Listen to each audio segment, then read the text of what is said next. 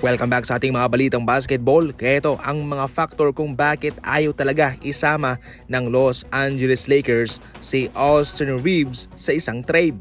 As of now, mala star player ang ginagalaw nitong si Reaves. Nag-a-average siya ng 23 points, 8.6 assists, and 7.2 rebounds sa kanyang huling 5 laro. Sa mga 5 larong yun, siya ay tumala ng isang 35 points, dalawang 26 points, 12 at 16 points. Mabibigat din yung kanyang minuto, 38, 43, 37, 37, and 36 minutes. Sa wakas na ibibigay na ni Austin Reaves kung ano ang gusto ng Lakers sa kanya, yung mga ganyang performance niya. Kaya sa mga trade na nauugnay sa Lakers ay hindi nila isasama itong si Reaves. Untouchable ito. Subalit matunog din sa ngayon ang debatehan kung siya ba'y magpapatuloy sa kanyang posisyong shooting guard o sa point guard. Sa ngayon, hati ang rotation sa starting lineup nila. Sige Vincent, minsan si Max Christie. Marami din naman ang pabor para kay Reaves na maglaro sa posisyong point guard. Subalit as of now, maganda naman ang kanyang tinatakbo sa posisyong shooting guard.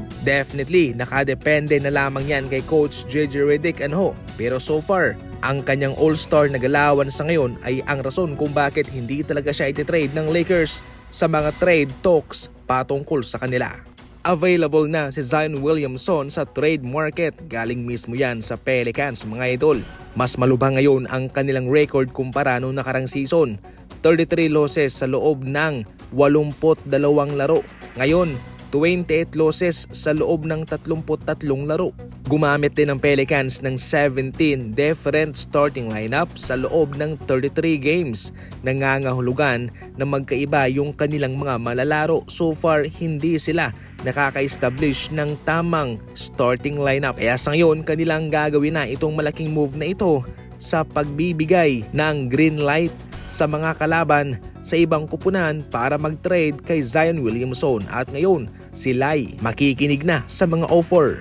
Yung Pelicans ang may problema dito. So far sa Zion Williamson, malakas. Kung ito'y magkakaroon ng tamang kapartner na star player, siguradong ito'y magiging unstoppable. Napag-uusapan sa ngayon na itong Phoenix Suns ay papalugi dahil sila mismo ang most expensive na roster sa NBA history. Ang Phoenix Suns ay nagpapasahod mga idol ng $408 million sa season na ito para sa kanilang mga manlalaro. Ngayon pa man, ang kanilang standing ay pang-15.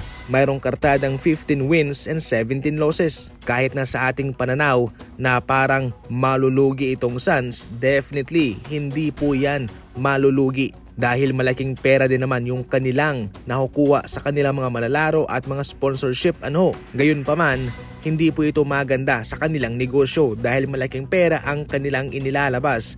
Ngunit kaunti lamang yung pumapasok. Halimbawa, malaki yung kanilang pasahod pero hindi naman sila makakapasok sa playoff. Malaking kawalan yun para sa kanila.